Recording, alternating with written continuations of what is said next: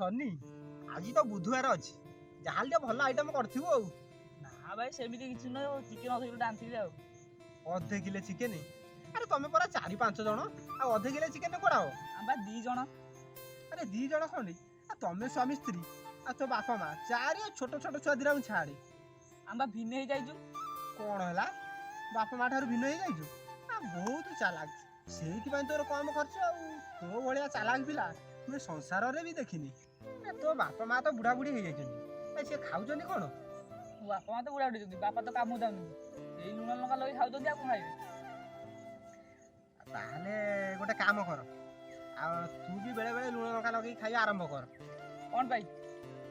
ତୋର ଆଉ 20 ବର୍ଷ ପରେ ତୁ ବି ସେ ଲୁଣ ଲଙ୍କା ଲଗେଇ ଖାଇବୁ। ମୋ ପୁଅ ନାହିଁ ସିଏ ମତ ଦବନି?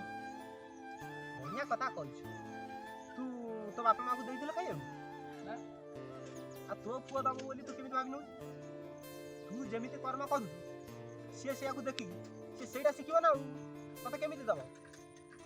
ଓ ଭାଇ ମୋର ଭୁଲ ହେଇଯାଇଛି ତମେ ଠିକ କଥା କହିଛ। ମୁଁ ଆଉ ମୋ ବାପାଙ୍କ ସହିତ ଏମିତି କରିବିନି। ମୁଁ ଯାଉଛି ପୁଣି ଆଉ ଅଧ କିଲୋ ଚିକେନ ନେଇକି ଆସିବି ଆମେ ସାଙ୍ଗ ମିଶିକି ଖାଇବୁ। ବାସ୍ ସେଇଆ କର। ସେଇଆ କଲେ ତୋ ପୁଅ ଆଜି ଯାହା ଦେଖିବ କାଲି ତୋ ସହିତ ସେଇଆ ହିଁ କରିବ। ତୁ ଯେମିତି ତୋ ବାପା ମାଙ୍କୁ ଅଲଗା କରିଦେବୁ ସିଏ ଦେଖିକି କଣ ଶିଖିବ? ସେଇଆ ଶିଖିବ। ସେଥିପାଇଁ କହୁଛି ମିଳିମିଶି ବାପ ସାଙ୍ଗରେ ରହ। ବାପ ମା ଠାରୁ କଣ ଅଲଗା ହେଇଯାଉଛ?